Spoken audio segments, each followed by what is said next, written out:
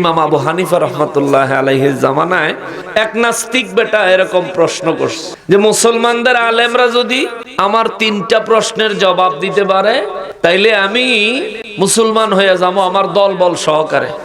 সিরিয়ার বাদশার রাজ দরবারে প্রতি বছর বিভিন্ন ধর্মের বড় বড় শিক্ষিত ব্যক্তিদেরকে নিয়ে মুসলমানদের আলেম, ইহুদিদের আলেম, খ্রিস্টানদের পাদ্রী, হিন্দুদের পুরোহিত, এইভাবে বৌদ্ধদের কি বৌদ্ধদের এই যে ওদেরও মনে হয় পাদ্রী টাইপের আর কি, এই জাতীয় আর কি, ওদের অত্যন্ত শিক্ষিত আলেম যারা, এদেরকে নিয়ে সিরিয়ার বাদশা বড় একটা কনফারেন্স করতেন। ওই কনফারেন্সের মধ্যে মুসলমানদের আলেমরা ইসলামের পক্ষে বক্তব্য রাখতেন, খ্রিস্টানরা তাদের খ্রিস্ট ধর্মের উপর বক্তব্য রাখতেন, ইহুদিরা ইহুদি ধর্মের উপর মুসা নবীর উপর বক্তব্য রাখতেন, হিন্দুরা তাদের হিন্দু ধর্মের উপর বক্তব্য রাখতেন, প্রত্যেকে নিজ নিজ ধর্মের উপর বক্তব্য রাখতেন।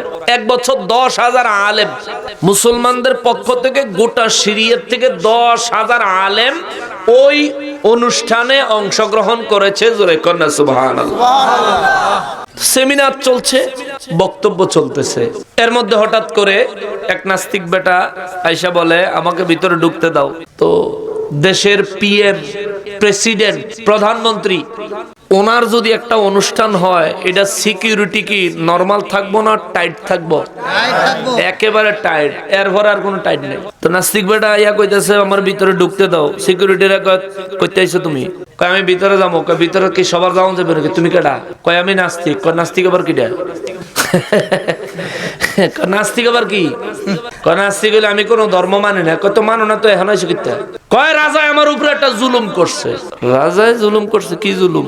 রাজায় সব ধর্মের মানুষেরা ডাকছে, আমি যে একটা নাস্তিক, আমি তো একটা পক্ষ অবলম্বন করি, আমিও তো একটা মতের অবলম্বনকারী, তাহলে আমার যে কইলো না, দাওয়াত দিল না, আমারও তো অধিকার আছে এই সেমিনারে গিয়ে বক্তব্য দেওয়ার। মানে ওই যারা সিকিউরিটি হেরা কয় কিলকনি বালা জিনিস না, দূরই যাও। তুমি ইতরামি করতা, যাও যাও যাও যাও। কে বেড়া তুমি গিয়া মহারাজের কাছে আমার এই কথাটা বলো। মহারাজ যদি বলে আমার চলে যেতে, আমি চলে যাবো। কি জ্বালায় পড়লাম। আচ্ছা আপনি না খারাপ যাইতেছে, একজন দাঁড়াইয়া আরেকজন গেছে, যাই কয় মহারাজ এরকম এরকম ঘটনা। তো বাদশাহ যিনি, তিনি নাস্তিকেরও বাদশাহ, মুসলমানেরও বাদশাহ, হিন্দু, বৌদ্ধ, ইহুদি, খ্রিস্টান যা আছে সবারই তো তিনি বাদশাহ, সবাই তার কাছ থেকে অধিকার প্রাপ্য। এখন তিনি বললেন ঠিক আছে তাহলে ওই লোকের আইতে দাও। আসছে, তারে কয় বলে আপনি যখন পরে আইছেন দাওয়াত ছাড়া, তাহলে আপনি আগে বক্তৃতা দেন। তে বক্তৃতা দিত খারাইস, দাঁড়ায় বলতেছে আমি মনে করি ইসলাম মানে মূর্খতা, আর মুসলমান মানে হইলো জগৎ বিখ্যাত মূর্খ জাতি। সিরিয়ার বাদশাহ ছিলেন মুসলিম, খুব রাগান্বিত হয়ে গেলেন। বেটা আমাদের এখানে মুসলমানরা ইসলামের পক্ষে কথা বলেন, হিন্দুরা তাদের ধর্মের পক্ষে কথা বলেন, কেউ কারো ধর্মকে হিট করে না। তুমি আইসা মুসলমানকে হিট করে কথা বলতেছো কেন? বলে মহারাজ তারও কারণ আছে, তো আমার 3টা প্রশ্ন আছে, আপনার মুসলমান আলেমরা যদি জবাব দিতে পারে আমি আমার দলবল সহকারে মুসলমান হয়ে যাবো, আর যদি জবাব দিতে না পারে তাহলে সবাই আমার মতন নাস্তিক হইব। জিজ্ঞান মহারাজ বলেন আপনার সমস্ত আলেমদের পক্ষ থেকে আপনার চ্যালেঞ্জ আমি গ্রহণ করলাম, আপনি প্রশ্ন করেন। কয়েক নাম্বার প্রশ্ন, মুসলমান আলেমরা বলেন আপনাদের আল্লাহর আগে কে ছিল? সব আলেমরা একসাথে কয় মহারাজ এটা পাগল, তার মাথার মধ্যে সিট আছে পুরা সিট, এইটা কি কি কয়?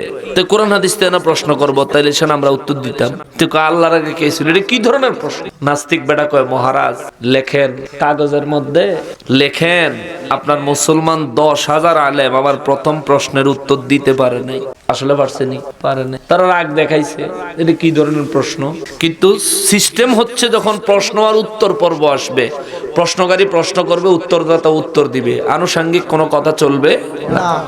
মহারাজের চেহারাটা একেবারে গুমরা হয়ে গেল, কারণ তিনিও তো মুসলমান, তিনি কল্পনাও করতে পারেননি মুসলমান আলেমরা এভাবে হেরে যাবে। সিরিয়ার বাদশার চেহারা গুমরা হয়ে গেল। সিরিয়ার বাদশা বলেন ঠিক আছে আপনার কথা, 2 নাম্বার প্রশ্ন করেন। প্রশ্ন করব কইছে কয়টা? কথা কয় না, 3টা। কয়টা করব? 3টা। ঠিক আছে আপনার প্রশ্ন করেন। দ্বিতীয় নম্বরের প্রশ্ন করেন। এখন এই লোক দ্বিতীয় নম্বরের প্রশ্ন করে বলেন, আপনার আল্লাহ এই মুহূর্তে কোন দিকে তাকায় রয়েছে? মুসলমানরা কয়, মহারাজ নিশ্চয়ই এটা কোনো পাগলা গারো দেখতে ছুটে আইছে, পাবনা পড়াইছে। এই ধরনের কথাবার্তা, এগুলির কোনো ভিত্তি নাই, এগুলি প্রশ্নই তো হতে পারে না। নাস্তিক বেটা কয়, যাই বলো না কেন মহারাজ লিখেন, আমার এই প্রশ্নটার উত্তর আপনার এই লোকেরা দিতে পারলো না। লেখা কয় ৩ নাম্বার প্রশ্ন করেন। বলে তৃতীয় প্রশ্ন হলো, বলেন আপনাদের আল্লাহ এই মুহূর্তে কি করে? নাউজুবিল্লাহ। তার উদ্দেশ্য হইল আল্লাহ সম্পর্কে যদি প্রশ্ন তোলা যায় তাইলে তো মানুষের ঈমানটা খায় ফেলান যায়। 10,000 আলেম একত্রিত হইয়া সিরিয়ার বাদশাকে বলেন, মহারাজ এই পাগলামি বন্ধ করেন। প্রতি বছর যেভাবে আমরা সেমিনারে বক্তব্য দিতাম, আমাদের প্রতি বছরের ন্যায় নিয়ম অনুযায়ী আনুষ্ঠানিকতা চলুক। এই পাগল ছাগল এখান থেকে সরান।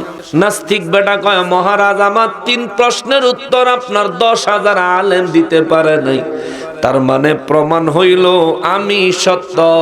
ইসলাম মানে মূর্খতা, মুসলমান মানে বিশ্বের বিখ্যাত মূর্খ জাতি। জোরে বলেন নাউজুবিল্লাহ। সিরিয়ার বাদশা বলেন, আপনি ভুলে যায়েন না আমিও একজন মুসলমান। সুবহানাল্লাহ। ভুইলা যায়েন না আমিও একজন মুসলমান। আপনি প্রশ্ন করেছেন, 10,000 আলেম জবাব দিতে পারে নাই, তাতে কি হয়েছে? আপনার প্রশ্নের উপযুক্ত জবাব দিতে পারে এমন মানুষ আমি খুঁজে আনবো, আপনার প্রশ্নের জবাব দেওয়ার চেষ্টা করব। আমার 3 দিন সময় দেন। এই 3 দিন আপনি রাজদরবারে অতিথিশালায় থাকবেন, মেহমানখানায় থাকবেন। এই 3 দিন আপনার রাজকীয় ভাবে মেহমানদারি করা হবে। আপনি থাকেন, আমি আপনার প্রশ্নের উত্তর জোগাড় করতেছি। এ নাস্তিক বেটায় তো ফুল্লা বেগুন খুশি। 10,000 আলে বাবা 3টা প্রশ্নের উত্তর দিতে পারে নাই রে। মহারাজ নিজের অন্দর মহলের দিকে রওনা দিলে উজির পিছে পিছে। মহারাজ কয়, কই যাও? কয় আপনার সাথে। কয় আমার সাথে যাওয়া লাগতো না, এই 3 প্রশ্নের উত্তর কে দিতে পারবো এমন মানুষ খুঁজে আনো। উজিরে কয়, মহারাজ অভয় দিলে একটা কথা কইতাম। কয় কি? কয় এই প্রশ্নের উত্তর দেওয়ার মতন মানুষ আমাগো সিরিয়ার মধ্যে নাই। ওইটা তো আমিও বুঝছি, নতুন খবর থাকলে কও না। সিরিয়ার সব বড় বড় আলেম তো রাজদরবার মুখোমুখি হইলই, উত্তর তো দিতে পারলই না। নতুন খবর থাকলে কও। নতুন একটা খবর আছে। কি খবর? কয় ইরাকের কুফা নগরী থেকে যুবক বয়সী একটা ছেলে সিরিয়ার বাজারে কাপড়ের ব্যবসা করতে আসে। সিরিয়ার বাজারে কোনো মানুষ কোন ইসলামিক মাসালার ব্যাপারে পেশ লাগিয়া গেলে ওই যুবকের কাছে যত কঠিন মাসালা নিয়ে যায় সহজে সমাধান করে দেয়। সুবহানাল্লাহ। আমার মনে হয় ওই ছেলেটার কাছে এই 3টা প্রশ্নের উত্তর পাওয়া যাবে। মহারাজ বলে, তার নাম কি? বলে নাম হইল আবু নোমান। মহারাজ কয়, যাই হোক না কেন, যদি তার কাছে ইসলাম রক্ষার জন্যে, ইসলাম সম্পর্কে মানুষের মনের প্রশ্নগুলো দূর করার জন্যে যদি তার কাছে 3টা প্রশ্নের উত্তর থাকে রে উজির, তুমি রাষ্ট্রীয়ভাবে সিরিয়া থেকে ইরাকের কুফা নগরীতে দাওয়াত লইয়া যাও। আল্লাহু আকবার। তার জন্য রাষ্ট্রীয় দাওয়াত পাঠাও। তুমি নিজে তার সঙ্গে যাইবা, সেনাবাহিনীর বহর নিয়ে যাইবা, রাজকীয়ভাবে সসম্মানে তারা প্রস্তাব করবা। সে যদি দাওয়াত গ্রহণ করে সসম্মানে তারা পালকি দিয়া আমার রাজ দরবারে নিয়ে আসবা। সুবহানাল্লাহ। ওই ব্যক্তির নাম হলো আবু নোমান। এখন আমরা যারে বলি ইমামে আজম আবু হানিফা রাহমাতুল্লাহি আলাইহি, জোরে কন্না সুবহানাল্লাহ। ওনার নাম হচ্ছে আবু নোমান, ওনার মেয়ের নাম আবু হানিফা। ওনার মেয়ের নামে ওনাকে আবু হানিফা হিসেবে পরিচিতি দেয়, তার কারণ ওনার মেয়ে ওনার একটা গুরুত্বপূর্ণ মাসালার সমাধান করে দিয়েছিলেন। শর্ত দিছিল, বাবা আমি সমাধানটা করে দিব, শর্ত হইল আপনি আমারে ওয়াদা দিবেন আপনার নাম এখন থেকে আর আবু নোমান না, আবু হানিফা বলে রাখতে হবে। জগৎবাসী যাতে আপনাকে আমি হানিফার বাবা হিসেবে চিনে, জোরে কন্যা সুবহানাল্লাহ। এই জন্য ওনার নাম আবু হানিফা হয়েছে, কিন্তু ওনার আসল মূল নাম হচ্ছে আবু নোমান। হযরত ইমামে আজম আবু হানিফা রাহমাতুল্লাহি আলাইহির বয়স মাত্র 25 বছর, যুবক। এদিকে পড়াশোনা করেন, ওদিকে অসুস্থ মায়ের খেদমত করেন, অন্যদিকে সিরিয়ার বাজারে কাপড়ের ব্যবসা করেন। প্রবল তুখর জ্ঞানের অধিকারী এই মানুষটার দরবারে সিরিয়ার রাজ দরবার থেকে রাজকীয় ভাবে দাওয়াত নিয়ে গেল। দরজায় যায় নক দিছে, কেউ কোনো কথা কয় না। উজিরে বাহিরের থেকে সালাম দিলেন, আসসালামু আলাইকুম ওয়া রাহমাতুল্লাহ। সঙ্গে সঙ্গে ঘরের ভিতর থেকে সালামের জবাব দিয়া দরজা খুলে দিছেন। সুবহানাল্লাহ। উজির কয়, দরজার কাছেই ছিলেন তো নক দিছি, খুললেন না কেন?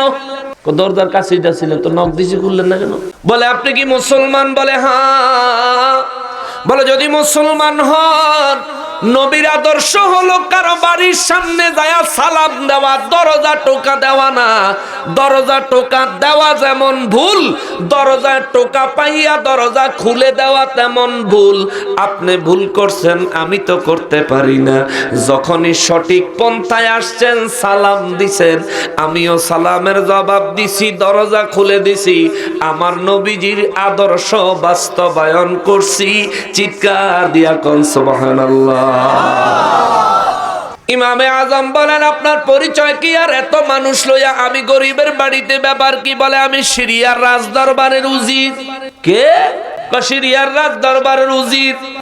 সিরিয়ার রাজ দরবারের উজিরের আমার মতো গরিবের বাড়িতে কি কাম? আমি কি কোনো অপরাধ করছি? বলে, না। কয়, দইরা নিতে আইছেন? কয়, না। কথা লাগি বেড়াইতে আইছেন? কয়, হ। সুবহানাল্লাহ, সুবহানাল্লাহ। বলে, সামান্য সময়ের জন্য বেড়াইতে আসছি, মূলত একটা দাওয়াত নিয়ে আইছি। দাওয়াত, দাওয়াত, দাওয়াত। আমার মতো না খানদারে দাওয়াত দেওয়ানের লেগে সিরিয়ার রাজ দরবারের উজির হাজির। ঘটনা কি? দাওয়াত দিয়া নিয়ে টিয়া সাজাইয়া গুজাইয়া আবার বলি দিবা? বলে, না না না, ব্যাপারটা এমন কিছু না। কয়, তাইলে কি? বলে, সিরিয়ার রাজ দরবারে আপনি তো জানেন, প্রতি বছর সমস্ত ধর্মাবলম্বী ধর্মের পণ্ডিতদেরকে ডাইকা মহারাজ একটা কনফারেন্স করেন, প্রত্যেকে নিজের ধর্মের পক্ষে সুন্দর করে বক্তব্য রাখেন। এই বছর একটা গন্ডগোল লাগছে। কয়, ও এর লেগে আইছো? গন্ডগোল? কাজী গন্ডগোল? কি গন্ডগোল? কই, এবার কর্তিকা জানি এক বেড়া আইছে, বেড়ার পরিচয় দেয়, বেড়ায় বলে নাস্তিক। ইমামে আজম কয়, আমি তো নাস্তিক সম্পর্কে জানি। কয়, জানেননি? কহ। তাইলে আপনারই তো দরকার। কয়, কি লিগা দরকার? হেডা কন। হে বেড়ারা যদি কিলান লাগে, আমি নাই, আমি কিলা কিলি করতাম পারতাম না।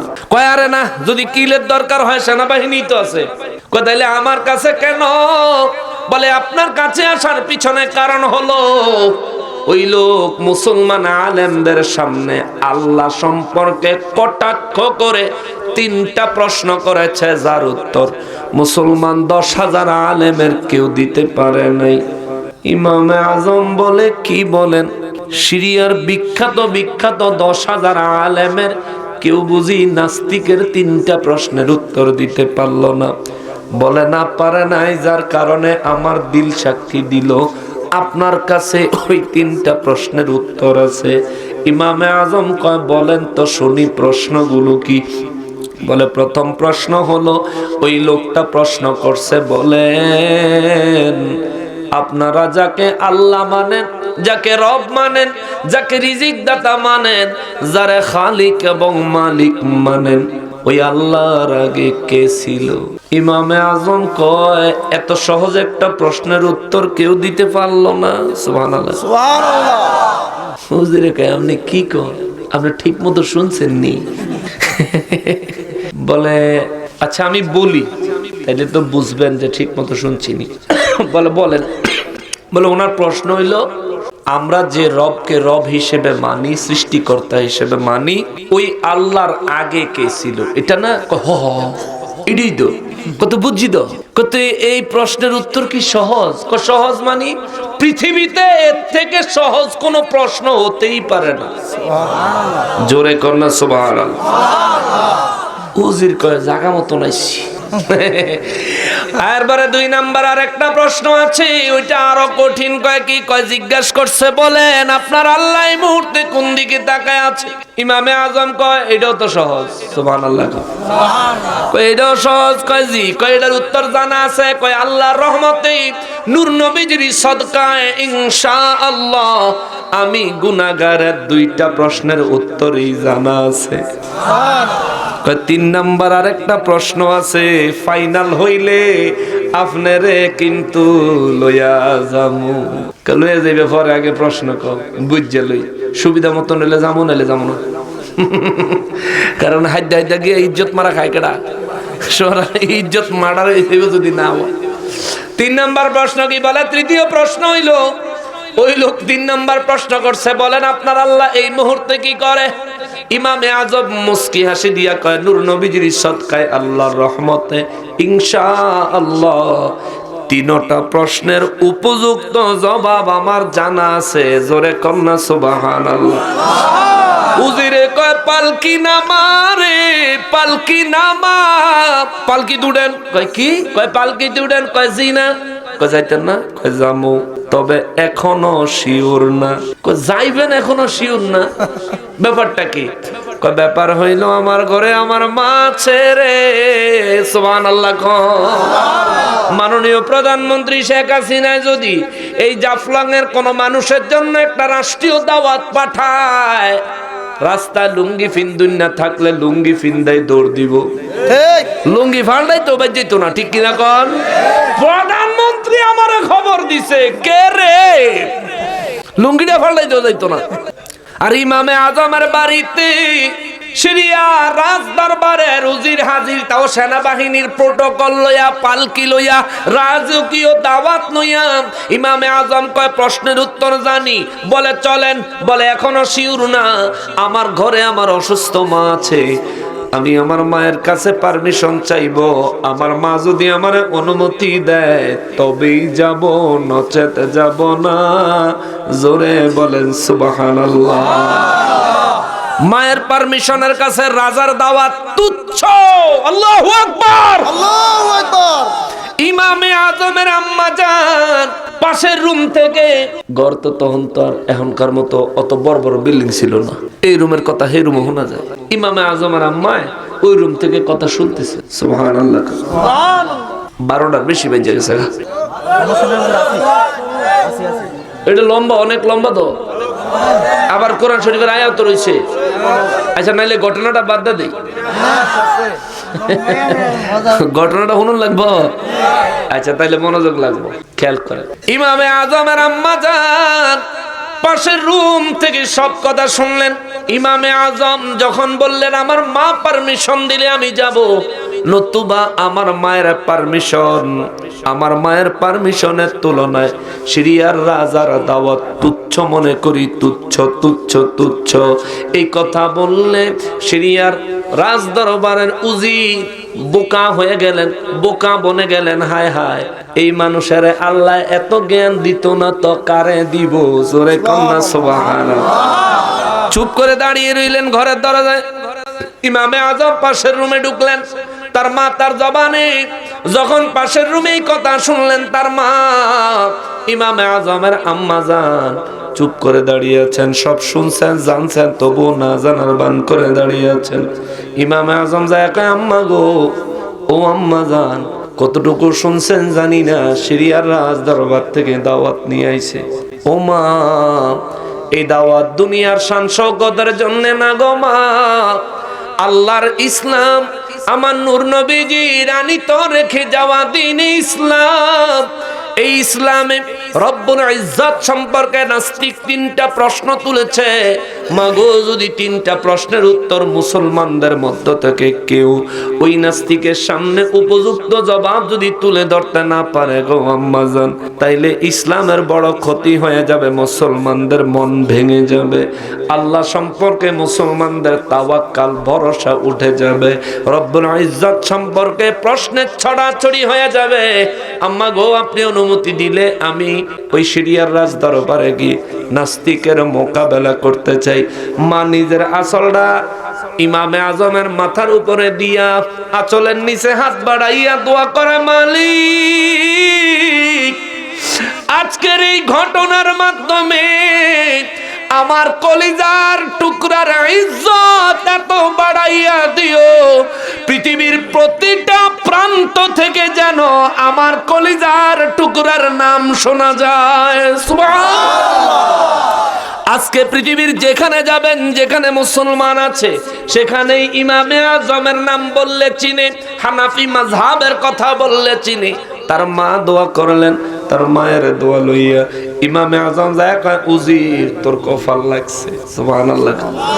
তোর কপাল লাগছে, আমার আম্মায় পারমিশন দিছে রে। কয় তাইলে চলেন। কয় জি না, শর্ত আছে। কয় কি শর্ত? কর। বলে 1 নাম্বার শর্ত হলো সারা দেশে রাজকীয়ভাবে এলান করে দিতে হবে, যেদিন প্রশ্নের উত্তর দেওয়া হবে ওই তারিখে নির্দিষ্ট সময়ে সারা দেশের সমস্ত মানুষ, যে কোনো ধর্মের হোক কিংবা নাস্তিক হোক, সমস্ত মানুষ রাজদরবারের কনফারেন্স হলের কাছে দাঁড়াইতে হবে, উপস্থিত থাকতে হবে। বলে এটা কোনো ব্যাপার না, আমরা এই বিষয়ে পদক্ষেপ নিব, এই শর্ত মঞ্জুর। 2 নাম্বার শর্ত কি? দ্বিতীয় শর্ত হলো জগতে ওই কনফারেন্স রুমের মধ্যে যেদিন আমাদের প্রশ্ন এবং উত্তরের পর্ব হবে, সেদিন আশেপাশে কোনো চেয়ার থাকবে না, শুধু একটা চেয়ার থাকবে বসার জন্য, একটা আসন থাকবে বসার, আর কোনো আসন থাকবে না। উজিরে কয়, মহারাজে বুঝি ওই আসনে বসবে? বলে না, মহারাজের লেগে না। কয় তাহলে কার লেগা? কয় সময় মতন দেখবা। সুবহানাল্লাহ। কাজ সামনের এই শর্ত মঞ্জুর। 3 নম্বর শর্ত কি? বলে 3 নম্বর শর্ত হইল আমার একটা টেবিলের উপরে একটা ম্যাচ আর একটা মোমবাতি লাগবে, দিয়াশলাই আর মোমবাতি। অসুবিধা নাই, আপনি চলেন, আপনার এই শর্ত মঞ্জুর, আমি এগুলো ব্যবস্থা করে দিব, দায়িত্ব নিলাম। ইমামে আজম সিরিয়ার রাজ দরবারে চলে গেলেন। সারা দেশে সরকারি ভাবে এলান হইল। মাঝে মধ্যে আমাদের দেশে 144 দ্বারা জারি হয় না, যে বাইরে থাকলে গুলি করে দিব। সিরিয়ায় সেই বছর এলান হয়েছে, ঘরে থাকলে গুলি করে দিব। যে ঘরে থাকা 144 দ্বারা তাও দেব না, সব রাজ দরবারের কনফারেন্স হলের পাশে যাইতে হবে। সারা দেশের সমস্ত মানুষ কনফারেন্স হলের পাশে যায় দাঁড়াইলো। ইমামে আজম বাড়ির থেকে রাজ দরবারে অপেক্ষা করছেন, মেহমানশালায়, অতিথিশালায় মেহমানদারি যেই রুমের মধ্যে করবেন, ওই জায়গায় ইমামে আজম রেস্টে আছেন। সারা দেশের মানুষ জন্মা গেছে, নাস্তিক বেটা দেখা চোখ কপালে উঠে গেছে। হ্যাঁ, মাত্র 3টা প্রশ্ন করছিলাম আমি, সারা দেশের মানুষ জমাই লাইছি। আজকে খেলা হইব, আজকে খেলা হইব। মহারাজার পক্ষ থেকে উজির গিয়া নাস্তিকের বলল, আপনার প্রশ্নের উপযুক্ত জবাব দেওয়ার মতো লোক পাওয়া গেছে, তিনি আসছেন। বলে তাই নাকি? 10,000 আলেমে পারলো না, একজন লইয়াইছি নাস্তিকে। তো উজিরে কয়, মুখামুখি হয়ে দেখে শেকরা ঠুকঠাক আর কামারের এক ঘা, ঠিক কিনা বলেন? শেকরার হলো ঠুকঠাক, কামারের হলো এক ঘা। শেকরা দেখছো চান্দু, কামার তো দেহ নাই। আজকে তোমার প্রশ্নের উত্তর দেওয়া হবে, সময় দেওয়া হইল। সময় মতন নাস্তিক বেটা কনফারেন্স হল রুমে গেল, যায় দেখে সারা হলে একটা মাত্র চেয়ার, আর কোনো চেয়ার নাই। তো নিজে গিয়া চেয়ারের উপরে বইয়া বইয়া মোটামুটি ভাব লইতেছে আর দেখতেছে। তো মানুষজন যারা জমছে তারাও কইতেছে, এটা নাস্তিক নাকি এটা উত্তর দিব, এটা কোনটা?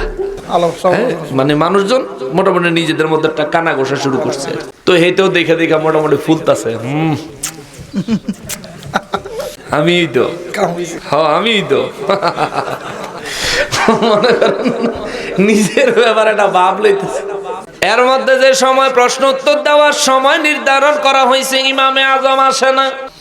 মোটামুটি আধা ঘন্টা 40 মিনিট লেট হয়ে গেলে নাস্তিক বেটা কয়, কিও প্রশ্নের উত্তরদাতা কি পালাইছেনি বলতে দেরি। ইমামে আজম হল রুমের মধ্যে আসসালামু আলাইকুম ওয়া রাহমাতুল্লাহ বলে প্রবেশ কইরা তিনি ডাক দিয়া কয়, কে প্রশ্ন করবে? কার প্রশ্নের উত্তর দেওয়া লাগবে? কে? স্টেজের দিকে চায় না, কে প্রশ্নের উত্তর দিব? স্টেজের থেকে চেয়ারে বসা নাস্তিক বেটা হাত বাড়াইয়া দিয়া কয় আমি। ইমামে আজম বলে আপনি? কয় হোক। আপনার লোক আর কেউ আসেনি? বলে না, আমি একাই। একাই? বলে ঠিক আছে, আপনার প্রশ্নের উত্তর দিব, তবে প্রথমে আমার একটা প্রশ্নের উত্তর দেন। বলে কি প্রশ্ন? বলে বলেন, যিনি প্রশ্ন করে তার দাম বেশি না যিনি প্রশ্নের উত্তর দেয় তার দাম বেশি? নাস্তিক বেটা কয় নিশ্চয়ই যিনি প্রশ্নের উত্তর দেয় তার দাম বেশি। কয় তাইলে আপনি চেয়ারে বসেন কা? সুবহানাল্লাহ কর না, একরা আউযুবিল্লাতে বাস। আপনি তাইলে চেয়ারে বসেন কা? আপনার কি প্রশ্ন করবেন না উত্তর দিবেন? কয় প্রশ্ন করবো। কয় তাহলে চেয়ারে বসেন কা? নামেন, নিচে আসেন। হ্যাঁ বেটা চেয়ারেতে উঠটা নামে আর গিজ গিজায় 10,000 হলেন, প্রশ্নের উত্তর দিতে পারে নাই। যতই কষাকষি করো চন্দু, প্রশ্নগুলি শুনলে বুঝবা তখন বালা মতন তেল গিজ গিজাইতে নামছে। ইমামে আজম আয়েশা চেয়ারে বইছে, জোরে বলেন মারহাবা। বলে এবার আপনার প্রশ্ন করেন। বলেন আপনাদের আল্লাহ যাকে রব মানেন, আল্লাহ মানেন, আপনার রবের আগে কে ছিল? ইমামে আজম কয় আপনি শতকিয়া জানেননি? 1 2 3 4 5 এগুলো 100 পর্যন্ত গুনতে জানেন? কই আমি হায়ার এডুকেটেড, আমি অনেক শিক্ষিত, আমি জানি না মানে? কয় জানলে একের থেকে গুনেন তো। কয় বাংলা গুনতাম না ইংরেজিতে গুনতাম? কয় বাংলাই গুন। ওনাদের ভাষায়, ওনাদের আঞ্চলিক ভাষায় বলল যে আপনি আমাদের দেশের আঞ্চলিক ভাষাই গণেন। তো উনি গুনতে লাগলো। এটা টিপাটিপি করুক, আমরা কথা কই, মাইক তো আর বন্ধ হয় নাই। আচ্ছা, উনি গুনতে লাগলো 1 2 3 4 5 6 7 8 9 10। ইমামে আজম কয় থামেন। কত পর্যন্ত গুনলো? শব্দ হয় কেন? স্টেজের নিচে কি কেউ ঢুকছে নাকি? একজন স্বেচ্ছাসেবক দেখেন তো। ওয়েট ধর দিল না, বোমা টোমা ফিট করে নিয়ে আবার দেখেন। বলে উড়াই দি মসজিদ নকশবন্দি রে। এটা খারাপ করে দাও, একটু ফলো করে দাও, ভালো করে। হ্যাঁ, তদন্ত করে দাও। আছে তো মানুষ না, যদি ডিওজি সাহেব হয় তাহলে কোনো আপত্তি নেই। ডিওজি মানে ডিওজি হলো ডগ, ডগ মানে হলো কুকুর। তো যদি ডিওজি সাহেব বিখ্যাত হয় তাহলে কোনো অসুবিধা ভালো করে করো। আচ্ছা, এটা দেখেন, যাইটাই করো, ক্ষেপণ করছো সারিস না কোন। না না, ছাড়ুক, অস্ত্র ছাড়ুক, অসুবিধা নাই। আমেরিকা আর ইরাকে যখন যুদ্ধ লাগছিল, আমেরিকার বিমান থেকে ইরাকে গাউসে পাকের মাজার শরীফের উপর বোমা ফালাইছিল। বোমা, এই বোমা বিমান টানে যেমনে ফালাইছে এটা এমনি রইছে, একটা বোমাও ফুটে নাই। জোরে কন্যা সুবহানাল্লাহ। তা আমরা বোমা দিয়ে ফাটাই লাইতেছিলে, কাম হইতো না, ফুটতো না। আল্লাহ রসুল আছে তো নাকি? আল্লাহ রহমত করব, হেফাজতের মালিক কে? আল্লাহ। জোরে বলেন না কে? আল্লাহ। ইমামে আজম মনে আছে নি? নাস্তিক বেটারা কয় শতকিয়া পারেননি? কয় পারি মানি বাংলা, ইংরেজি, উর্দু, আরবি সব পারি। কয় পারলে আপনি পড়েন, 1 থেকে গোনা শুরু করেন। এ পাগলায় গুনতাছে 1 2 3 4 5 6। কয় জোরে জোরে জোরে জোরে করেন, সবাই শুনতেইব। কয় 1 2 3 4 5 6 7 8 9 10। ইমাম আজম কয় থামেন। বলে এবার উল্টা গুনতে পারবেন নি? কয় পারবো মানি পারবো। কয় উল্টা 10-এর থেকে উল্টা দিকে গনেন। এবারে নাস্তিকে গন্তাছে উল্টা দিকে 10 9 8 7 6 5 4 2 3 2 1। ইমামে আজম কয় গনেন? কয় কি গনতাম? কয় উল্টা দিকে গনেন। কয় গোনা তো শেষ। শেষ মানে? বলছি 1-এর থেকে গুনতে 10-এ গেছেন, বলছি থামতে থামছেন। বলেছি 10-এর থেকে উল্টা গনেন, উল্টা গুনতেছেন, 1-এ আইছেন, আমি কি থামতে কইছিনি? কয় না। কয় তাইলে থামছেন কেন? কয় না থাইমা উপায় কি? কয় কেন উপায় নাই কেন? কয় 1-এর আগে তো কিছু নাই। ইমামে আজম কয় আমার আল্লাহ এক, আমার আল্লাহর আগে কিছু না। আল্লাহু আকবার। এবারে বেকল, তুই নাস্তিক হইছ, কি এর হায়ার এডুকেটেড হইছ? তুই তো মারাত্মক মূর্খ। আমার আল্লাহ হলেন এক, 1-এর আগে কিছু, 1-এর আগে কিছু নাই। 1-এর পরের কথা ক, 1-এর পরের কথা ক। যদি কস বলে আমার রব এক, আমার রবের পরে 2 আসেনি, তাও নাই। আমার রব এক, আমার রবের আগে কেউ নাই। সারা দেশের মানুষ এক জায়গায় হইয়া একসঙ্গে স্লোগান দিয়া উঠছে, জিতিল রে জিতিল মুসলমান জিতিল, মারহাবা মারহাবা। নাস্তিক বেড়া কয় আমার দিয়া গলাই আমার একটা ফান্দে হালাই দিছে। হ্যাঁ, তে তো অনেক চালাক। পরের দুই প্রশ্নের উত্তর হুশ করে দিতে তে আমারে ফান্দো হালাই দিছে গো। কয় মহারাজ ওইব না ওইব না ওইব না, তে আমারে ফান্দো হালাই দিছে। মহারাজ কো হইতো না, হইতো না, কনা ওইব। মহারাজ কো হইতো না, কনা হইব। আপনি যখন কইছেন হইব তাইলে হইব। বলে 2 নাম্বার প্রশ্ন করো। দ্বিতীয় নাম্বার প্রশ্ন হলো, বলেন আপনার আল্লাহ এই মুহূর্তে কোন দিকে তাকিয়ে আছে? ইমামে আজম কয় আপনি মেস চিনেন? মেস লাইট দিয়া সলাই, কয় চিনি। মোমবাতি চিনেন নি? কয় চিনি। কই যে টেবিলের উপর রাখা আছে দেখছেন নি? কয় দেখছি। কয় মেস দিয়া মোমবাতি জ্বালাইতে পারবেন নি? কয় পারমু। কয় তাইলে জ্বালান। কয় না না জ্বালাবো না। কে? কয় না না, আগের বার একবার 1-2 গনায় আমারে ফাতো ফালাইছেন, আমি আর বারে বারে কাঁদে ভাও দিব না। ইমামে আজম কয় মহারাজ তে প্রশ্ন করছে, তার প্রশ্নের উত্তর দেওয়া লাগবো না? মহারাজ বলেন অবশ্যই। তাইলে তে যদি আমারে কোঅপারেট না করে আমি তারা কেমনে প্রশ্ন উত্তর দিব? মহারাজ কয় জি জি জি জি তাড়াতাড়ি ধরাইতেছি, অনেক ধরাইতেছি। মোমবাতি জ্বালাইলো। ইমামে আজম বলেন কনফারেন্স রুমের অন্যান্য সমস্ত বাতিগুলি বন্ধ করে দেওয়া হোক। সব বাতিগুলি বন্ধ করে দিল। ইমামে আজমের নির্দেশে সব বাতি বন্ধ। এখন শুধু একটা বাতি জ্বলে, মোমবাতি। ইমামে আজম বলেন আপনি দয়া করে আপনার দ্বিতীয় প্রশ্নটা আর একবার করেন। 2 নাম্বার প্রশ্ন হইল, বলেন আপনার আল্লাহ এই মুহূর্তে কোন দিকে তাকিয়ে আছে? ইমামে আজম বলেন আপনার প্রশ্নের উত্তর দিচ্ছি, আগে আপনি মোমবাতিটার দিকে একটু তাকান। তাকাই। বলে মোমবাতি আলো দেয়নি? কয় দেয় তো। কয় মোমবাতির আলোটা কোন দিকে পড়ছে? চতুর্দিকে।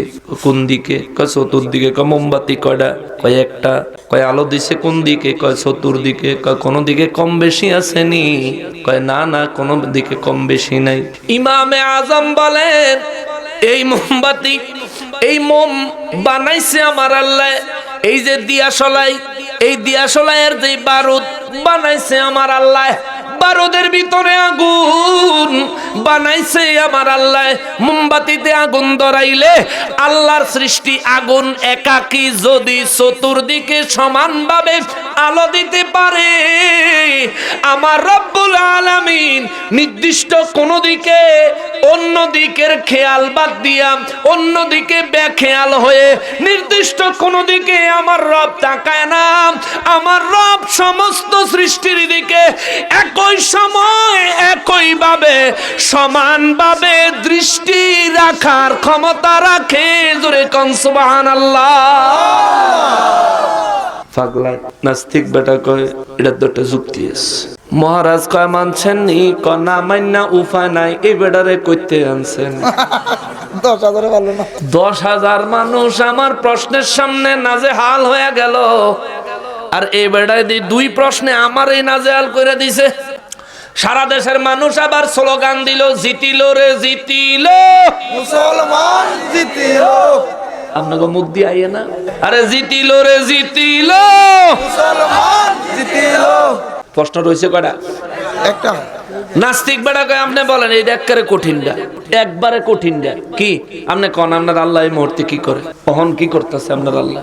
ইমামে আজম বলে আমার জীবনে ভুরি ভুরি বেয়াক্কল মানুষ দেখছি, আপনার মতন বড় বেয়াক্কল একটাও দেখি নাই। নাস্তিক বেটা কয় এত গুরুত্বপূর্ণ প্রশ্ন করলাম আর আপনি আমার কোন বেয়াক্কল? আমি একটা হায়ার এডুকেটেড, একটা শিক্ষিত মানুষ। কে বেটা? আমার আল্লাহ এই মুহূর্তে কি করে তুমি বুঝি দেখো না? কয় না। কয় দেখো না, কিছুক্ষণ আগে আমার আল্লাহ তোমারে এই চেয়ার থেকে নিচে নামাইছে, আমারে এই চেয়ারে বসাইছে। সুবহানাল্লাহ। এই মুহূর্তে আমার আল্লাহ এইটাই করছে। তুমি যদি বলো আমার আল্লাহ এটা করে নাই, তাইলে তুমি আগে প্রমাণ করো আমার আল্লাহ করে নাই। তাইলে কে করছে এটাও কইবি। প্রমাণ করো আমার আল্লাহ করে। তাহলে যদি এটা প্রমাণ করো তাহলে কে করছে এটাও প্রমাণ করতে হবে। কয় না মানছি। এক চান্সে মুসলমানরা সব খুশি হয়ে গেলেন। সমস্ত নাস্তিকরা ঈমান গ্রহণ করে মুসলমান হয়ে গেলেন। জোরে কোন সুবহানাল্লাহ। রব্বুল ইজ্জতের উপর এমন ঈমান রাখতে হবে, আমাদের রব আল্লাহর আগে কেউ নাই, কেউ নাই। আল্লাহই আল্লাহ, রবই রব, রবের আগে রবের পরে কোনো কথা চলে না। আল্লাহ 18,000 মখলুকতে 17,999 রকমের মখলুকত থেকে বাছাই করে আলাদা করে আমি আল্লাহ তোমাদেরকে আশরাফুল মখলুকত সৃষ্টির মধ্যে শ্রেষ্ঠ জীব বানাইছি। জোরে কোন সুবহানাল্লাহ। শুধু এখানে শেষ নয় রে মুসলমান, আমরা মানব জাতি সৃষ্টির মধ্যে শ্রেষ্ঠ, আমরা ইমানদার, ঠিক কিনা? ঠিক। ইমান আসেনি? আছে। আচ্ছা, ইমানের ব্যাপারে আইতেছে। আমরা ইমানদার, গোটা মানব জাতির মধ্যে শ্রেষ্ঠ। সুবহানাল্লাহ। আমরা মুমিন, আমরা গোটা ইমানদারদের মধ্যে শ্রেষ্ঠ। আল্লাহ কয় বান্দারে, ও বান্দা, মানুষের স্তর হিসেব করো, মানুষের উন্নতি কিভাবে হয় শোনো। প্রথমে মানুষ হিসেবে জন্মগ্রহণ করে, তারপরে যখন ঈমান আনে মানব জাতির মধ্যে শ্রেষ্ঠ হয়ে যায়। ঈমানদার যখন মুমিন হয়ে যায়, তখন গোটা ঈমানদারদের মধ্যে তার শ্রেষ্ঠত্ব বেড়ে যায়। মুমিন যখন মুত্তাকি হয়ে যায়, তখন সমস্ত মুমিনের মধ্যে তার মর্যাদা বেড়ে যায়। জোরে বলেন সুবহানাল্লাহ। এ মুসলমান, আপনারা মুত্তাকি হতে চান? চান? আমরা সবাই চাই তো? মুত্তাকি হওয়ার কৌশলটা কিভাবে একটা মানুষ মুত্তাকি হতে পারে, এই ব্যাপারে আমার রব্বুল আলামিন ফর্মুলা দেয়, বিধান দেয়, সিস্টেম দেয়। আল্লাহ রব্বুল ইজ্জত বলেন সূরা বাকারার 177 নম্বর আয়াতে আল্লাহ বলেন, বিসমিল্লাহির রহমানির রহিম, লাইসাল বিররা আন তুওয়াল্লু ওয়ুজুহাকুম কিলাল মাশরিকি ওয়াল মাগরিব। আল্লাহ বলেন, কেবলমাত্র নিজের চেহারা পূর্ব দিকে ফিরানো, কেবলমাত্র নিজের চেহারা পশ্চিম দিকে ফিরানো। আল্লাহ বলেন এটাই কেবল নেক আমল, ব্যাপারটা এটা না, ব্যাপারটা এটা না, ব্যাপারটা এটা না। সাহাবায়ে কেরাম বলেন, হুজুর, শুধু পশ্চিম দিকে মুখ ফিরানো, শুধু পূর্ব দিকে মুখ ফিরানো, এমন কথা আমার আল্লাহ কেন বললেন? আমরা তো কেউ পশ্চিম দিকে পূর্ব দিকে শুধুমাত্র মুখ ফিরাইয়া এমনি থাকি না। হুজুর, আল্লাহ যে বললেন এটাই শ্রেষ্ঠ নেক আমল, ব্যাপারটা এমন না। হুজুর কেন বললেন? আমার নূর নবী রাহমাতুল লিল আলামিন বয়ান করেন, সাহাবীরা রে, ও সাহাবীরা শোনো, ইহুদিরা বাইতুল মুকাদ্দাস মসজিদে আকসা যখন কিবলা ছিল, ইহুদিরা মসজিদে আকসার পূর্ব দিকে তারা নিজেদের কিবলা বানাইছে। খ্রিস্টানেরা মসজিদে আকসার পশ্চিম পাশের কিবলা বানাইছে। ইহুদিরা পূর্ব দিকে ফিরে দাঁড়ায় থাকতো, খ্রিস্টানেরা পশ্চিম দিকে ফিরে দাঁড়াইয়া থাকতো। এখনো পৃথিবীতে যারা খ্রিস্টান, তারা 3 ওয়াক্ত নামাজ পড়ে। কয় ওয়াক্ত? কিন্তু হেগো জান্নাত আছে নি? জান্নাতে যাইব? যাইতো নি রে জান্নাতে? কেউ, এই খ্রিস্টানরা কেউ জান্নাতে যাবে কিন্তু নামাজ পড়ে। কয় ওয়াক্ত পড়ে? মসজিদে আকসার পশ্চিম পাশের খ্রিস্টানেরা নিজেদের কাবা বানাইলো, মসজিদে আকসার পূর্ব পাশের ইহুদিরা কাবা বানাইলো। আমার আল্লাহ তাদের উদ্দেশ্যে আল্লাহ ওহী নাযিল করলেন। আল্লাহ বলেন, লাইসাল বিররা আন তুওয়াল্লু ওয়ুজুহাকুম কিবলাল মাশরিকি ওয়াল মাগরিব। ও নবী গো, ইহুদি এবং খ্রিস্টানদেরকে জানিয়ে দেন, তোমরা পূর্ব দিকে মুখ করো আর পশ্চিম দিকে মুখ করো।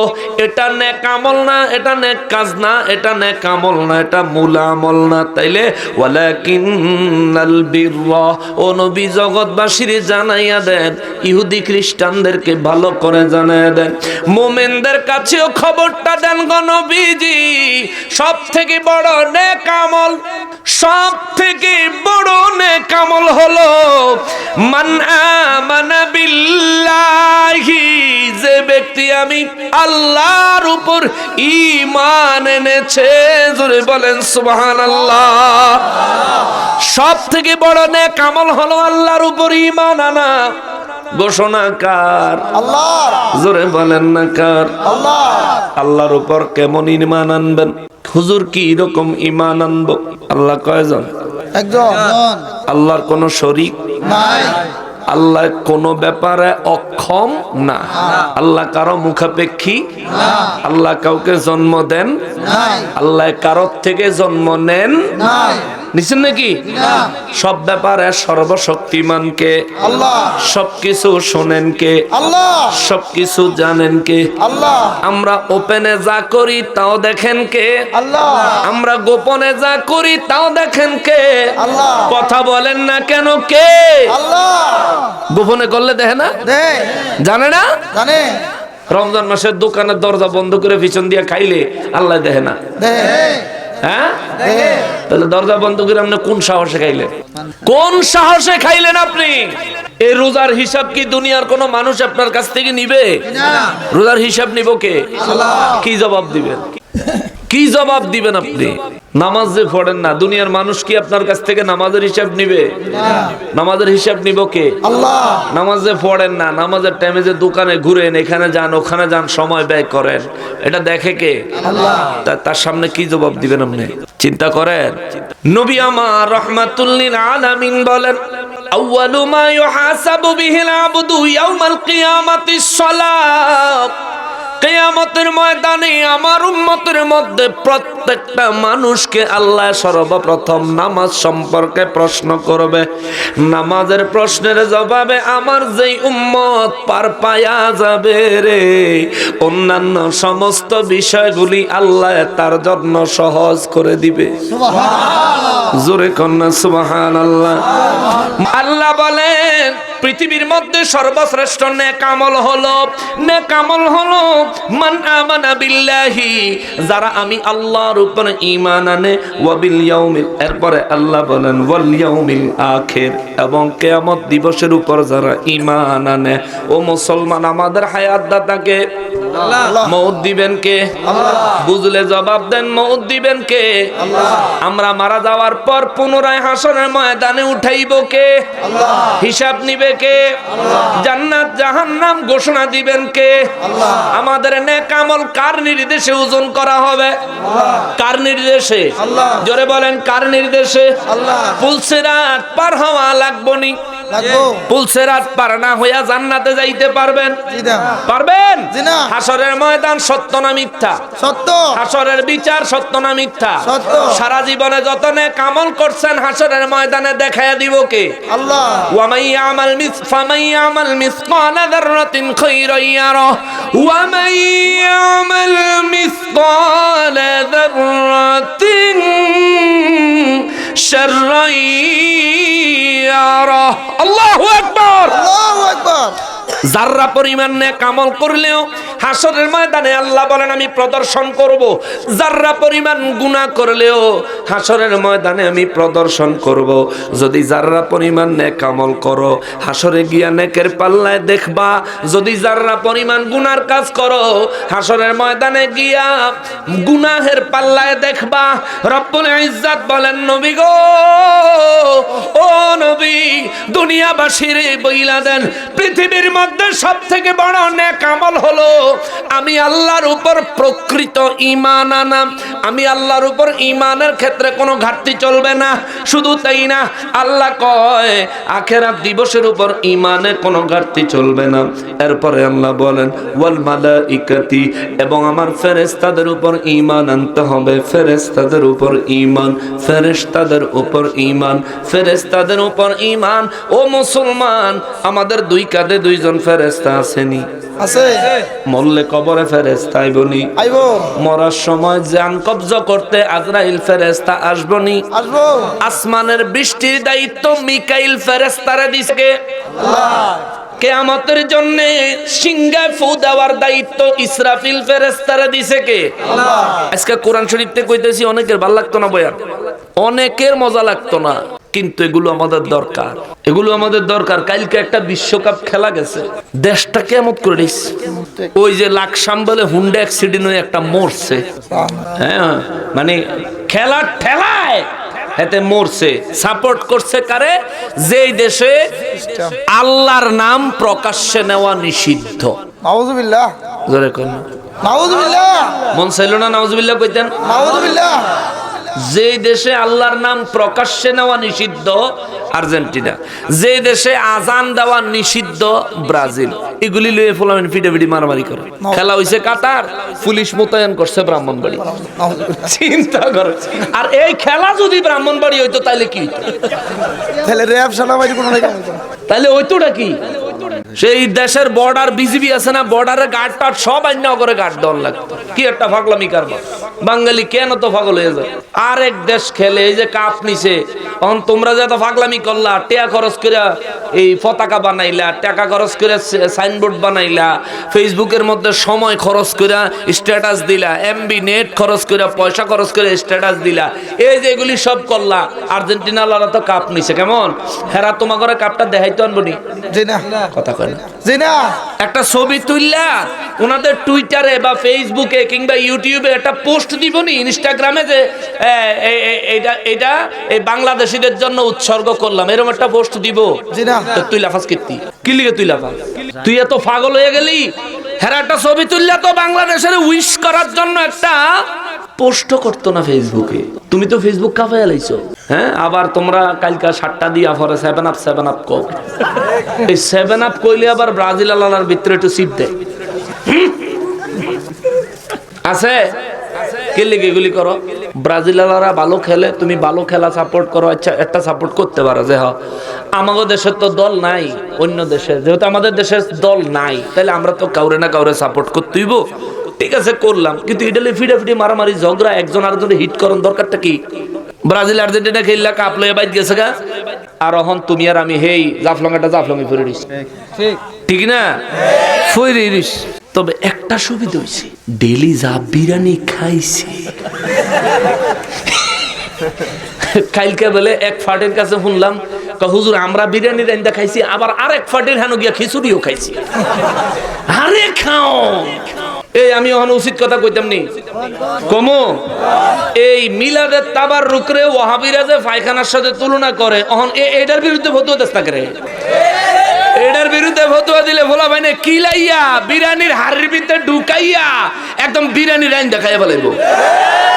এটার বিরুদ্ধে ফতোয়া দিত না। কিলকনি বালা জিনিস না, বুঝে বুঝে মামুর ভূতে বালা করে বুঝে।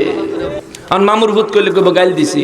আপনার দেশে মামুর ভূতের কি কয়? মামা তো ভাই কয় না, তো মামা তো ভাইয়া না কইলাম। হেও যদি রাগ করস তাহলে আর কিতাম, তুই গালিও বুঝোস না, নাতে রসুল বুঝোস না, শান বুঝোস না, ওয়াজ বুঝোস না, মায়া বুঝোস না, তুই কিতি আইস দুনিয়ায়? আল্লাহ হেদায়েত করুক, জোরে কোন আমিন। আচ্ছা যাক, এই পাগলামি খেলাধুলার খেলা যেহেতু গেছে গা, 4 বছর লেগে গজব গেছে, 4 বছর লেগে গেছে গজব। এইগুলি দিয়া কোন ধরনের মাতামাতি ঝগড়া ফাসাদ করেন না আমার যুবক ভাইরা। অনেকগুলি মোটরসাইকেল এনে দেখা যায়, আর ম্যাক্সিমাম যুবক দেখতেছে। আমি জাফলং ঘুরতে আইছিলাম, পরেও অনেক যুবকরা আমারে খুব সময় দিছে, মহব্বত করছে। আমি হ্যাঁ পাগলারা, এই যে হাসান আছে, আরো আছে, ওরা খুব মহব্বত করছে। সেই মহব্বতের খাতির আজকে তো মাহফিল আরেকটা ছিল আপনার পাশে, কেমন ওরা করতো। এখন এইটা হয়েছে দেখিয়া ওরা সবাই মিললে এইটাতেই আইছে, ওইটা ক্লোজ করছে। এটা হচ্ছে হৃদয়ের ব্যাপার, ঠিক না? বড় মানসিকতার ব্যাপার, যে ঠিক আছে আমাদের এলাকায় যেহেতু আরেকটা মাহফিল হইব, আমরা সবাই মিলে এটারে সুন্দর করে করি। ভালো হইছে, আলহামদুলিল্লাহ, আলহামদুলিল্লাহ। কিন্তু এই মাহফিল এটা ভালো কাজ না খারাপ কাজ? এই ভালো কাজের বিরোধিতা কিছু মানুষ করছে না? হেরা আবার নামাজও পড়ে, টুপিও মাথার দেয়, আবার বছর বছর ফানও খায়। হেরা আবার নিজের মুসলমানও কয়।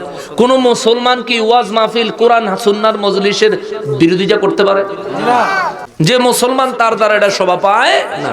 যারা বিরোধিতা করছেন, আল্লাহর রাস্তায় অনুরোধ করি চেঞ্জ হয়ে যান, পরিবর্তন হন। আপনার এলাকায় যদি 1 ফুট দূরত্বে যদি একটা করে মাদ্রাসা হয়, একটা করে মসজিদ হয়, আপনার খুশি হওয়া দরকার। কারণ এটা রহমত, নামাজি ঠিক কিনা বলেন? এটা রহমত মিয়া। বাড়ির সামনে যদি মসজিদ থাকে, ওই বাড়ির মানুষ চিন্তা করবো আমাকে বাড়ির সামনে মসজিদটা, আমরা নামাজও না যাই কেমনে। এটা চিন্তা করে হলো তো নামাজে যাইবো, যাইতে যাইতে যাইতে যাইতে আস্তে আস্তে অভ্যাস হইব, তো মানুষ হেদায়েতের পথে আইবো, ঠিক কিনা বলেন? এটা নিয়ে তো আর দ্বিমত করার, রাগ করার বা মনে কষ্ট পাওয়ার বা বিরোধিতা করার কিছু নাই। যদি বিরোধিতা করেন তাহলে বুঝবো আপনি মনের দিক থেকে অত্যন্ত ছোট লোক, অত্যন্ত ছোট লোক। আল্লাহ হেদায়েত নসিব করুক, বলেন আমিন। মুসলমানেরা রে, আমার পেয়ারা নবীর উম্মতিরা রে, লম্বা হয়ে যাইতেছে, অসুবিধা নাই তো? আমি কিন্তু আবার বয়ান শেষ করে দৌড় দিব, আবার যাই দিব আমার মাধবপুর। কালকে মাহফিল আল্লাহ যদি বাঁচে ইনশাআল্লাহ কিশোরগঞ্জে। খেয়াল করেন, রব্বুল আলামিন বলেন সবথেকে উত্তম নেক আমল হলো আল্লাহর উপর ঈমান আনা, আখিরাত দিবসের উপর ঈমান আনা, ফেরেশতাদের উপর ঈমান আনা। ও বাবা, ফেরেশতা আসেনি? কথা কয় না। জীবনে দেখছেন নি? কিন্তু আসেনি? আছে। বিশ্বাস আছে তো? আছে। বিশ্বাস আছে তো? বিশ্বাস থাকলে আমারে বলেন, ফেরেশতারা কি পুরুষ না মহিলা? এটা কিন্তু একটা গুরুত্বপূর্ণ প্রশ্ন। ফেরেশতারা কি পুরুষ না মহিলা? মারহাবা। পুরুষরা মহিলাও না, পুরুষও না, সরি, ফেরেশতারা পুরুষও না, মহিলাও না। ফেরেশতাদেরকে আল্লাহ এমন ভাবে সৃষ্টি করছেন যাদের মধ্যে পুরুষের জিনসিয়ত, নারীর জিনসিয়ত এমন কিছু নাই। ওনারা শুধুমাত্র আল্লাহর নির্দেশ পালনে গোটা জিন্দেগি ব্যস্ত থাকেন। জোরে কন্যা সুবহানাল্লাহ। এইভাবে বিশ্বাস রাখতে হবে। ফেরেশতারা পুরুষও না, মহিলাও না, ফেরেশতারা আল্লাহর বান্দা, ফেরেশতারা আল্লাহর হুকুম পালনে নিয়োজিত। আল্লাহু আকবার। এই জন্য রব্বুল আলামিন বলেন, ওয়াল মালাইকাতি, ফেরেশতাদের উপর পূর্ণ ঈমান রাখতে হবে। ওয়াল কিতাবি, নবী গো, ও নবী, আপনার উপর যে কিতাব নাজিল করেছি এই কিতাবের উপর ঈমান আনতে হবে। আপনার পূর্বে সমস্ত নবী রাসূলদের উপরে যে কিতাব আমি আল্লাহ নাজিল করেছিলাম ওই কিতাবগুলির উপর ঈমান আনতে হবে। সুবহানাল্লাহ বলেন। আমার নবীর উপর যে কিতাব নাজিল করছেন এই কিতাবের নাম কি? আল কোরআন। এই কিতাবের নাম কি? এখানে আছে কি নাম? আল কোরআন। আল কোরআন, কোরআনুল কারীম, পবিত্র কোরআন শরীফ। ঈসা নবীর উপর যে কিতাব নাজিল করলেন কিতাবের নাম হলো ইনজিল। দাউদ নবীর উপর যে কিতাব নাজিল করলেন কিতাবের নাম হলো জাবুর। মুসা নবীর উপর যে কিতাব নাজিল করলেন কিতাবের নাম হলো তাওরাত। কিতাবের নাম কি? তাওরাত। আসমানি কিতাব কয়টা? 4টা। 104 খানা। আসমানি কিতাব 104 খানা। আমরা নাম জানি কয়টার? 4টার নাম জানি। 4 জন নবীর উপরে নাজিল হয়েছে। আর 100টা কই গেছে? হ্যাঁ, 100টার হিসাব নিবেন নি আজকে? ইনফরমেশনটা নিবেন, গুরুত্বপূর্ণ একটা ইনফরমেশন। হযরতে আদম আলাইহিস সালাম পৃথিবীতে আগমন করার পরে আদম আলাইহিস সালামের আল্লাহ 10 খানা আসমানি, ওগুলোকে কিতাব বলে না, এগুলোকে বলে সহিফা। আসমানি 10 খানা সহিফা আদম নবীরে দান করছেন। সুবহানাল্লাহ বলেন। 100 10 গেলে থাকে কত? আদম নবীর ছেলে হযরতে শীশ আলাইহিস সালামের আল্লাহ 50 খানা সহিফা দান করছেন। সুবহানাল্লাহ কোন? তাহলে 50 আর 10 কত? 100 থেকে 60 গেলে থাকে কত? 40। হযরতে ইদ্রিস আলাইহিস সালামের আমার রব্বুল আলামিন 30 খানা আসমানি সহিফা দান করেছেন। জোরে বলেন সুবহানাল্লাহ। 60 আর 30 কত হইল? ইব্রাহিম নবীর আল্লাহ 10 খানা সহিফা দান করছেন। আল্লাহু আকবার। আল্লাহু আকবার। 160টার হিসাব পাইছেন? 104 এর হিসাব পাইছেন? পাগলারা যায় কি? আসল কথা তুই যাইতেছে। আয়াত শেষ করি। এই 104টা আসমানি কিতাবের উপর ঈমান আনতে হবে। এরপর নবী, হুজুর আপনি নবী সহ সমস্ত নবী এবং রাসূলদের উপর ঈমান আনা আমি আল্লাহর দরবারে সবথেকে উত্তম নেক আমল, উত্তম নেক আমল, উত্তম নেক আমল। এরপরের নেক আমল সম্পর্কে শুনেন। আল্লাহ এখানে 6টা ক্যাটাগরিতে নেক আমলের কথা বর্ণনা করছেন। একটা ক্যাটাগরি বললাম ঈমান, আরো 5টা রয়েছে। কমু নাম নেগো কষ্ট হয়ে যেতেছে। 1 মিনিটে কম ভাষটা শোনেন। ওয়া আতাল মালা আলা হুব্বিহি, আল্লাহ বলেন যে ব্যক্তি আমি আল্লাহর মহব্বতে, আমি আল্লাহর ভালোবাসায় নিজের অর্জিত সম্পদ থেকে দান করে। সুবহানাল্লাহ। কি করে? কথা কয় না। মুত্তাকি হতে চান? অমনোযোগী হয়ে গেছে রে। মুত্তাকি হতে চান? মুত্তাকি হতে চান? যে ব্যক্তি মুত্তাকি তার ব্যাপারে আল্লাহ সূরা বাকারা ২য় পৃষ্ঠার মধ্যে বলেন, উলাইকা আলা হুদাম মির রাব্বিহিম ওয়া উলাইকা হুমুল মুফলিহুন। জোরে কন্না সুবহানাল্লাহ। যারা মুত্তাকি হয় তারা তাদের প্রতিপালকের পক্ষ থেকে হেদায়েত প্রাপ্ত। আল্লাহ বলেন তারা সফল কাম ব্যক্তি, যারা দুনিয়ায়ও সফল, কবরেও সফল, হাসরেও সফল। জোরে কন্না সুবহানাল্লাহ। তাহলে আপনার আমার মুত্তাকি হওয়া দরকার আছে নি? জোরে বলেন আসেনি? আল্লাহ বলেন বান্দারে যদি মুত্তাকি হতে চাও আতাল মালা আলা হুব্বিহি, আমি আল্লাহর ভালোবাসার জন্য তুমি তোমার সম্পদ কুরবানি করবা, তোমার সম্পদ থেকে দান করবা। আপনারা দান করতে রাজি আছেন নি? রাজি আছেন?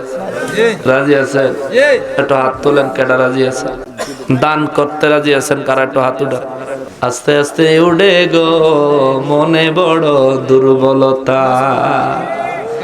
শুনে নেন রে মুসলমান, দান করিলে ধন কমে না, নেকের পাল্লা হয় ভারী। মরার পরে চিন্তা নাই রে, জান্নাতে তোর ঘর বাড়ি। সুবহানাল্লাহ। দানকারীদের মাতা পিতা সুখে থাকেন কবরে, নূরের টুপি মাথায় দিয়া উঠিবেন কাল হাসরে। সুবহানাল্লাহ। রব্বুল আলামিন কালেকশন করতাম না, উঠটা যায় না। এই কালেকশন করতাম না, মনে করছে কালেকশন শুরু হইব রে উঠটা বাগি। না না না, কালেকশন করতাম না। কালেকশন এরপর আপনারা যদি কিছু দেন আমরা কোনো একেবারে নিতাম না, ব্যাপারটা এমন না। আপনারা দিলে আমরা নিব। আমাদের প্রয়োজন আছে, আগামী বছর মাহফিল করতে হইব, ওই তো নতুন মসজিদ নতুন মাদ্রাসা করবো, তো এখানে তো টাকা পয়সা লাগবে, তাই না? তো সেই জন্য একটু আনন্দ উল্লাসে, যুবকরা যেহেতু আমার একটু বেশি ভালোবাসো, তাহলে তোমরা রেলো একটু হাসি খুশিতে আনন্দে উল্লাসে যদি দিন ইসলামটা শিক্ষা গ্রহণ করতে পারি, নিজেকে মুত্তাকি বানানোর পর্যায়ে নিয়ে যাওয়ার মতো ফ্যাসিলিটিস ফর্মুলাগুলি যদি আমরা জানতে পারি, এটাই তো উত্তম পন্থা নাকি? একটু শুনবেন, খেয়াল করে। আল্লাহ কয় যে ব্যক্তি আল্লাহর মহাব্বতে নিজের মাল থেকে দান করে, কারে দিবেন ওটা উল্লেখ করে দিছে। রব্বুল আলামিন বলেন যাবিল কুরবা, যে ব্যক্তি নিজের আত্মীয় স্বজনের দান করে। সুবহানাল্লাহ। কোন সমস্যা? আপনারা তো নড়াচড়া করলে আমি কেমনে কথা কম? এমনিতেই রাত বেশি, মানুষ কম। আলহামদুলিল্লাহ, আল্লাহর মেহেরবানি। আল্লাহ মাঝে মধ্যে এমন কিছু স্টেজে নিয়েও বয়ান করায়, যে স্টেজে আপনারা মানুষ যা আছেন এর থেকে বেশি মানুষ স্টেজও থাকে। আল্লাহর মেহেরবানি, আপনাদের মহব্বত, আপনাদের দোয়া। তো এর মধ্যে আপনারা পরিমাণ এমনি কম। আপনারা যদি ডাইনে বামে নড়াচড়া করেন তাহলে তো মনোযোগ নষ্ট হয়ে যাবে। আমি একটা আয়াত ধরছি, আমার ইচ্ছা যে আমি আয়াতটা কমপ্লিট করে তারপরে উঠবো। এবার যদি দেরি হয়, যদি 2টা বাজে, আমার সমস্যা হইতো না, যদি আপনাদের সমস্যা না হয়। আপনারা কইবেন যে হুজুর আপনি তো আইয়া বালা মতন খাইয়া হার পরে বইছেন। না, ঘরেও যাই নাই, সোজা নয়, ঘরেও যাই নাই, সোজা এখানে আসছি। সারাদিনের খাউন কোন সময় খাইছি শুনবেন? আসরের নামাজ পইরা ব্রাহ্মণবাড়িয়া বিশ্ব রোড আয়া তারপরে রাজমণি হোটেলে একটু খিচুড়ি খাইছি। তাও খিচুড়ি যে খাইছি মানে ধাপার ধাপ খালি খাইছি। মানে বাবারে ওই একটু জ্যামে আটকাইছিলাম আশুগঞ্জে, জ্যামে আটকাইছি, পরে গাড়ির টেনে আমার লোক নামায় দিছি। কইছে বলে আপনি আগে হোটেলে গিয়া কনগা বলে খাবার দাবার দিয়া রাখ, কারণ আইয়া যে বইয়া থাকবো তুই দিবি এই সময় নেই, দিয়া রাখ। গেছে দৌড়ে, এবার মনে 1 কিলোমিটার দৌড়ে গিয়া খাবার রেডি করে রাখছে। গেছি, অজু করছি, আসরের নামাজটা পড়ছি, খাইতে বইছি, খালি দবার দব দবার দব দবার দব যা পারছি দে রে খারে। গল্প কদ্দুর খিচুড়ি, তাও ভাত তরকারি খাই না বলে খিচুড়ি দিয়ে শর্টকাট খাও, সব মিলাইয়া জিলাইয়া তাড়াতাড়ি করে কোন রকম গিল্লা হার পরে দৌড়ে আইছি। এনাইয়া গাড়িতে নামছি যে খিদা লাগছে গো। কিন্তু আমার বাজানের মাহফিল আমার খুব ভালো লাগে, আমি খুব পছন্দ করি। আমার মুর্শিদ কেবলার ওয়াজ বয়ান শোনার তো সুযোগ হয় না, ডেইলি হুজুরের মাহফিলে থাকে, আমি আমার মাহফিলে। এই জন্য আমি স্টেজে চলে আইছি, বাজানের বয়ান শুনি, আমার কাছে খুব ভালো লাগে। আমার তো মুর্শিদ কেবলা এর লেগে ভালো লাগে, আপনার কাছে কেমন লাগছে জানি না, কিন্তু আমার কলিজাটা ঠান্ডা হয়ে গেছে। আমার মুর্শিদ কেবলার চেহারার দিকে তাকাইলে মদিনার নূর নবীজির কথা আমার মনে পড়ে, আমার খুব মায়া লাগে। আমরা এই বছর হজ করছিলাম তো, আমার বাজারের সঙ্গে গেছিলাম তো। মদিনাওয়ালার দরবারে কিভাবে নিজেকে অসহায় হিসেবে পরিচয় দিতে হয় এটা আমার বাজানের কাছে দেখছি। সুতুনে আয়েশার কাছে দাঁড়ায়া মানে কাঙ্গাল ভিখারির মতো হু হু করে দীর্ঘক্ষণ কাঁদলেন। সুতুনে আয়েশা হলো রিয়াজুল জান্নাতে একটা পিলার, একটা জায়গা আছে, আম্মাজান আয়েশা সিদ্দিকা রাদিয়াল্লাহু তাআলা আনহার নামে সুতুনে আয়েশা। ওইটার পাশে দাঁড়ায়া যা দোয়া করবেন তাই মঞ্জুর হয়ে যায়। সুবহানাল্লাহ। মানে ভিখারির মতো দাঁড়ায়া এই যে মানুষটা, এত সুন্দর মানুষটা, হাইরে কান্না। তো মদিনা আমার দরবারে নিজেকে কিভাবে ভিক্ষুক হিসেবে উপস্থাপন করতে হয় আমার বাজানে আমি নিজের চোখে দেখে অনেক কিছু শিখছি। প্রকৃত আশিকে রাসূল যদি থাকে দুনিয়াতে, ইনারা আছেন আল্লাহর মেহেরবানি। আর এই সমস্ত আল্লাহর ওলিদের কারণেই এখনো আমরা এত পাপ করার পরেও আল্লাহর দুনিয়া এখনো ঠিক রাখছে। ঠিক।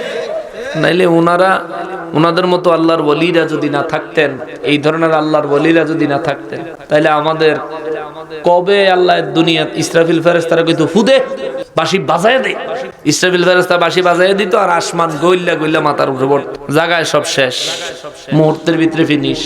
আল্লাহ তাআলা আমার মুর্শিদ কিবলাকে হায়াতে তাইয়্যিবা দান করেন, আমিন। আর জোরে কন্যা আমিন, আমিন। খুব সুন্দর করে একেবারে তথ্য সহকারে উহুদের যুদ্ধের ময়দানে নূর নবীজির আহত হওয়ার ঘটনাটা তুলে ধরছেন, বড় চমৎকার লাগছে। এইভাবে তুলে ধরতে তথ্য সহকারে আমি আর কাউকে শুনি নাই। আমার মুর্শিদ কেবলা দেখে আমি বলছি তা না, সত্যি ওয়াল্লাহি আল্লাহর কসম এমন ভাবে কোথাও কারো কাছে শুনি নাই এইভাবে একেবারে তথ্য সহকারে উপস্থাপন করা, তাও আবার প্রেম নিয়ে। আল্লাহ তাআলা মুর্শিদ কেবলাকে হায়াতে তাইয়্যিবা দান করেন, আমিন। মুআজ্জাজ মুকাররম, শুনেন, নিজের মালের থেকে দান করবেন প্রথমে কারে? নিজের আত্মীয় স্বজনের। সুবহানাল্লাহ কর। আত্মীয় যদি গরিব হয় তারা দান করবেন। দানের দ্বারা দুইটা ফজিলত হয়। কি? একে তো দান করলেন, সদকায়ে জারিয়া সওয়াব পাইলেন, দ্বিতীয়ত আত্মীয়তার সম্পর্ক আরো গভীর হইল। ঠিক কিনা বলেন? ঠিক। রব্বুল আলামিন বলেন, আমি আল্লাহর ভালোবাসায় যাওইল কুরবা, নিজের আত্মীয় স্বজনরে দান করবি। ওয়াল ইয়াতামা, তোমার সমাজে যারা এতিম আছে তাদেরকে দান করবা। ওয়াল মাসাকিন, মিসকিনদেরকে তোমরা দান করবা। ওয়াবানাস সাবিল, যারা মুসাফির তাদেরকে দান করবা, মুসাফিরদেরকে দান করবা। মুসাফিরদেরকে দান করার নির্দেশ দিছে কে? আল্লাহ। জোরে কোন কে? আল্লাহ। তাইলে হুজুররা যারা ওয়াজ করে হাদিয়া নেয়, হুজুররা ডেলি মুসাফির। হুজুররা কি?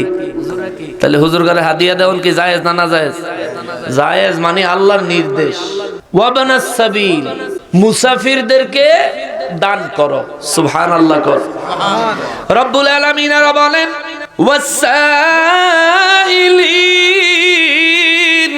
আল্লাহু আকবার, যারা ভিক্ষুক, সাহায্য প্রার্থী, যারা সাহায্য চায়, তোমাদের সামনে এসে হাত বাড়ায়া দেয়, আল্লাহ বলেন তাদেরকে সাহায্য করো। ওয়াফির রিকাবি, আল্লাহ বলেন যে সমস্ত গোলামেরা নিজেকে আজাদ করতে চায় মালিক থেকে। বাংলাদেশে তো এখন গোলাম প্রথা নাই, আগেরকার সময় গোলাম প্রথা ছিল।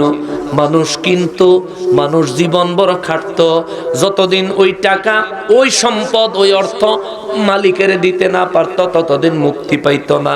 মাগনা মাগনা শুধু খাটতে থাকতো। আল্লাহ কয় যারা এই দাসত্ব থেকে মুক্তি চায় তাদেরকে তোমরা তোমাদের মাল দিয়ে আল্লাহর ভালোবাসায় মুক্ত করবা। এরপরে আল্লাহ বলেন ওয়াকামাস সালাতা, নামাজ প্রতিষ্ঠা করবা। নামাজ পড়তে মসজিদ লাগবো নি? লাগবো নি? লাগবো। তো নূরে মদিনা সুন্নি জামে মসজিদ যে আপনারা নির্মাণ করেছেন, এটা কি ভালো হয়েছে না মন্দ হয়েছে? ভালো। জোরে বলেন, ভালো হয়েছে না মন্দ হয়েছে? অনেক ভালো হয়েছে, অনেক ভালো হয়েছে, অনেক ভালো হয়েছে। ওয়াকামাস সালাতা, নামাজ প্রতিষ্ঠা করবা, নিজে পড়বা, নিজের পরিবারকে পড়ার জন্য তাকিদ দিবা। ওয়াতা যাকাতা, নিসাব পরিমাণ সম্পদের মালিক হলে যাকাত দিবা, যাকাত দিবা, যাকাত দিবা।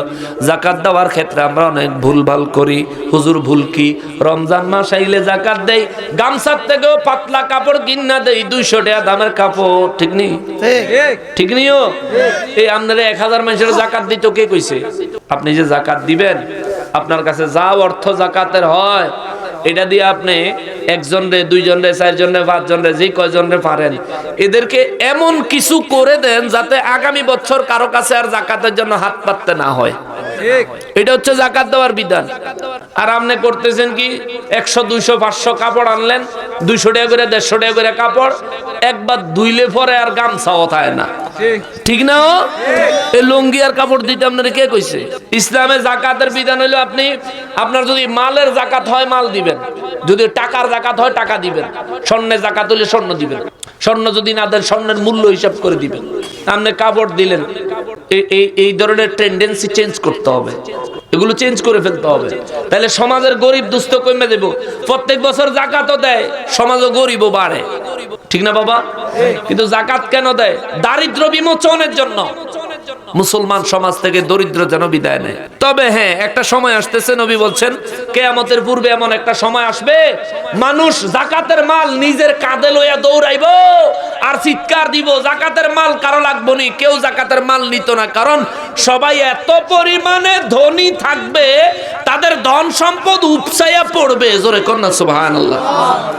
এই সময় আইতাছে, আপনারা অভাব অভাব কইয়া মন ঘাবড়াইয়েন না, আইতাছে সময়। তবে এই সময় ঈমান বাঁচায় রাখেন, অর্থের কাছে নিজের ঈমান বিক্রি করে দিয়েন না।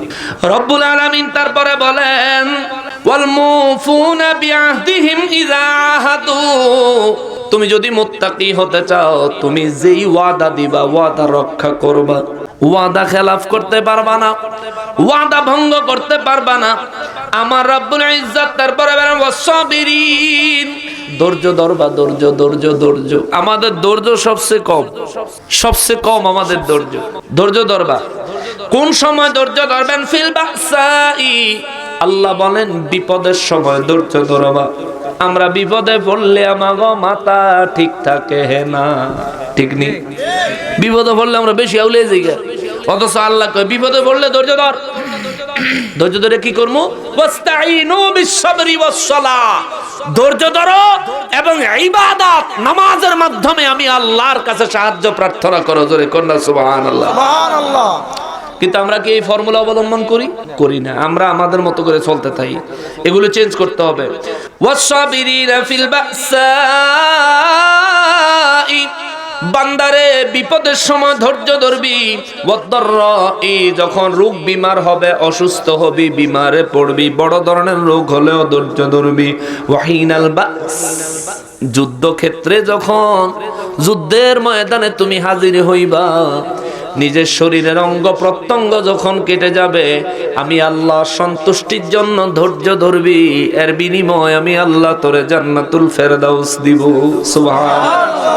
রব্বুল আলামিন বলেন উলাইকাল্লাযীনা সাদাকু, এই 19টা বিষয়ের উপরে, এখানে 19টা বিষয়, এই 19টা বিষয়ের উপরে যারা যথাযথভাবে প্রতিষ্ঠিত থাকে, উলাইকাল্লাযীনা সাদাকু, এই মানুষগুলি হলো সত্যবাদী।